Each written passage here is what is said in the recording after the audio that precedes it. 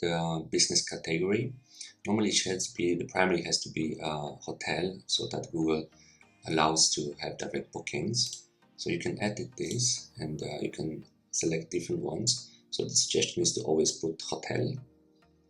If you have a different one like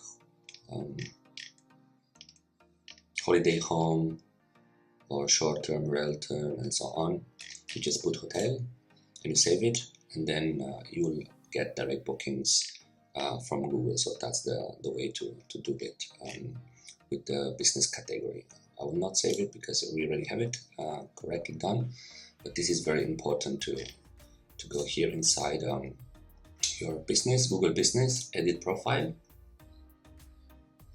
and then you have the business category, and then you push it and publish it. You see here it's not been approved message, massage spa on holiday, apartment rental, so it's better that it's just hotel. So this is the way it should be, and this you don't really care about these extra ones because you specialize in hotel. It's a hotel, so okay, you do other things as well, but you better get for massage spa, you better get a different profile with a different email, and just focus on the hotel business so to get direct bookings. Thank you.